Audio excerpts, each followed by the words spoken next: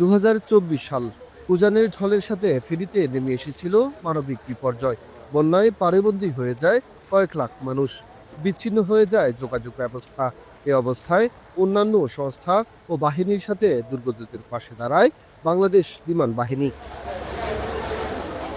বন্যা পরবর্তী সময়েও বিমান বাহিনীর পক্ষ থেকে এই জেলায় মানুষদের জন্য দেয়া হয় ত্রাণ, ঔষধ, স্বাস্থ্যসেবা সহ বিভিন্ন সেবা।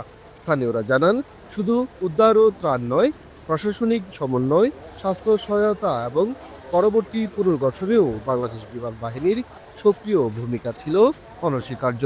যারা রোগী ছিল, যারা প্রেগনেন্ট মহিলা ছিল, ত্রাণ বিতরণ যে বিষয়টা ছিল, এই পুরো কাজটাতে বিমান বাহিনী সাফল্যের সাথে কাজ করেছে। বন্যা পরবর্তী রাস্তাঘাট, মসজিদ, মন্দির, শিক্ষা প্রতিষ্ঠান সহ বিভিন্ন প্রাতিষ্ঠানিক অবকাঠামো উন্নয়নে বিমান বাহিনী ভূমিকা রেখেছে।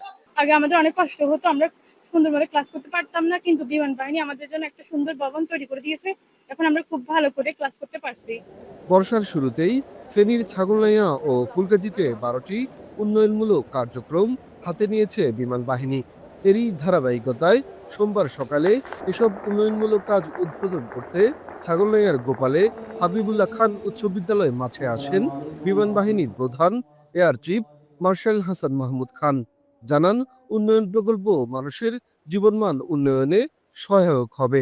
উন্নত মানের স্যাটেলাইট কমিউনিকেশন ডিভাইস ক্রয় করছি, যেটার মাধ্যমে আমাদের যে একটা বাংলাদেশ স্যাটেলাইট হয়েছে, আকাশে আমাদের যে ভূ-উপগ্রহ কেন্দ্রের সাথে আমাদের যোগাযোগ আছে, ওই কমিউনিকেশন ডিভাইস আমরা ইউজ করে আপনাদের সাথে তখন যদি সার্ফেস কমিউনিকেশন বা অন্যান্য যোগাযোগ মাধ্যম নষ্ট হয়ে যায়, আমরা ওই কমিউনিকেশন ডিভাইস ইউজ করতে পারবো, যেটা কিনা পিছে ক্যারি করা যাবে এবং যে কোনো অঞ্চল থেকে, রাদার পৃথিবীর যে কোনো জায়গা থেকে আমরা সেটি দিয়ে কমিউনিকেট করতে পারবো। সেই ব্যবস্থা আমরা অলরেডি নিয়েছি।